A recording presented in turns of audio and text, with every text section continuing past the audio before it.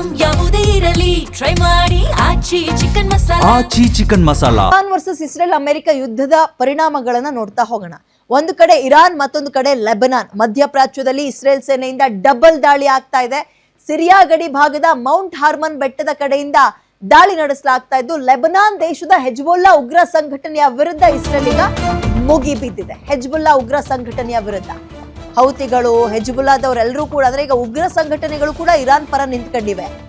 ಇತ ಕೊಲ್ಲಿ ರಾಷ್ಟ್ರಗಳನ್ನ ಗುರಿಯಾಗಿಸಿ ಇರಾನ್ ನಿರಂತರ ದಾಳಿ ನಡೆಸ್ತಾ ಇದೆ. ಬಹ್ರೇನ್ ಮತ್ತು UAE ದೇಶಗಳ ಅಲ್ಯೂಮಿನಿಯಂ ಕಾರ್ಖಾನೆಗಳನ್ನ ಟಾರ್ಗೆಟ್ ಮಾಡ್ತಾ ಇದ್ದಾರೆ. ಕೊಲ್ಲಿ ರಾಷ್ಟ್ರಗಳ ತೈಲ ಸಂಸ್ಕರಣಾ ಘಟಕದ ಬಳಿಕ ಕಾರ್ಖಾನೆಗಳನ್ನ ಟಾರ್ಗೆಟ್ ಮಾಡ್ತಾ ಇದ್ದಾರೆ ಇವರು.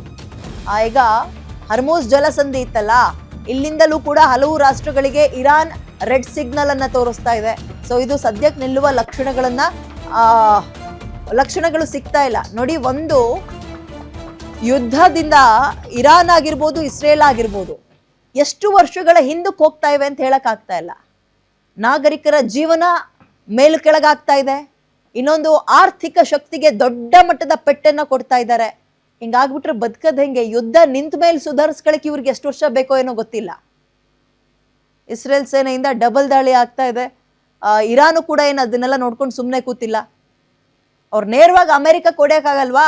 ಅಮೆರಿಕಕ್ಕೆ ಯಾರು ರಕ್ಷಣೆ ಕೊಡ್ತಾ ಇದ್ದಾರೆ, ಅಥವಾ ಅಮೆರಿಕದ ಏರ್ ಬೇಸ್ಗಳು ಯಾವೆಲ್ಲ ದೇಶಗಳು ತಗೊಂಡಿವೆ ಅಲ್ಲಿಗೆ ಹೊಡಿತೀವಿ ನಾವು, ಇಂಡೈರೆಕ್ಟ್ ಆಗಿ ಪ್ರೆಷರ್ ಕ್ರಿಯೇಟ್ ಮಾಡ್ತೀವಿ ಅಂತ ಇಸ್ರೇಲ್ಗೂ ಸಾಧ್ಯ ಆದಷ್ಟು ಡ್ಯಾಮೇಜ್ ಮಾಡ್ತಾ ಇದ್ದಾರೆ. ಬಟ್ ಇವೆಲ್ಲ ಮುಗಿದ ಮೇಲೆ ಸುಧಾರಿಸ್ಕೊಳ್ಳೋಕೆ ಟೈಮ್ ಬೇಕಲ್ಲ. ಎಷ್ಟು ವರ್ಷಗಳ ಹಿಂದಕ್ಕೆ ಹೋಗಿರ್ತಾರೆ. ಈಗ ಸದ್ಯಕ್ಕೆ ತಿಳಿದಂಥವ್ರು ಹೇಳ್ತಾ ಇರೋದು ಆಲ್ರೆಡಿ ಇರಾನ್ ಒಂದು 15-20 ವರ್ಷದ ಹಿಂದಕ್ಕೆ ಹೋಗ್ಬಿಟ್ಟಿದೆ ಅಂತ. ಓಕೆ, ಇದಿಷ್ಟು ಈ ಕ್ಷಣದ ಅಪ್ಡೇಟ್ಸ್. ಇಷ್ಟು ಸುದ್ದಿ ಕೊಟ್ಟಿದ್ದು ನಾನು ವಿದ್ಯಾ ಮಲ್ನಾಡ್. ನೋಡ್ತಾ ಇರಿ ಗ್ಯಾರಂಟಿ ನ್ಯೂಸ್, ಸುದ್ದಿ ಖಚಿತ.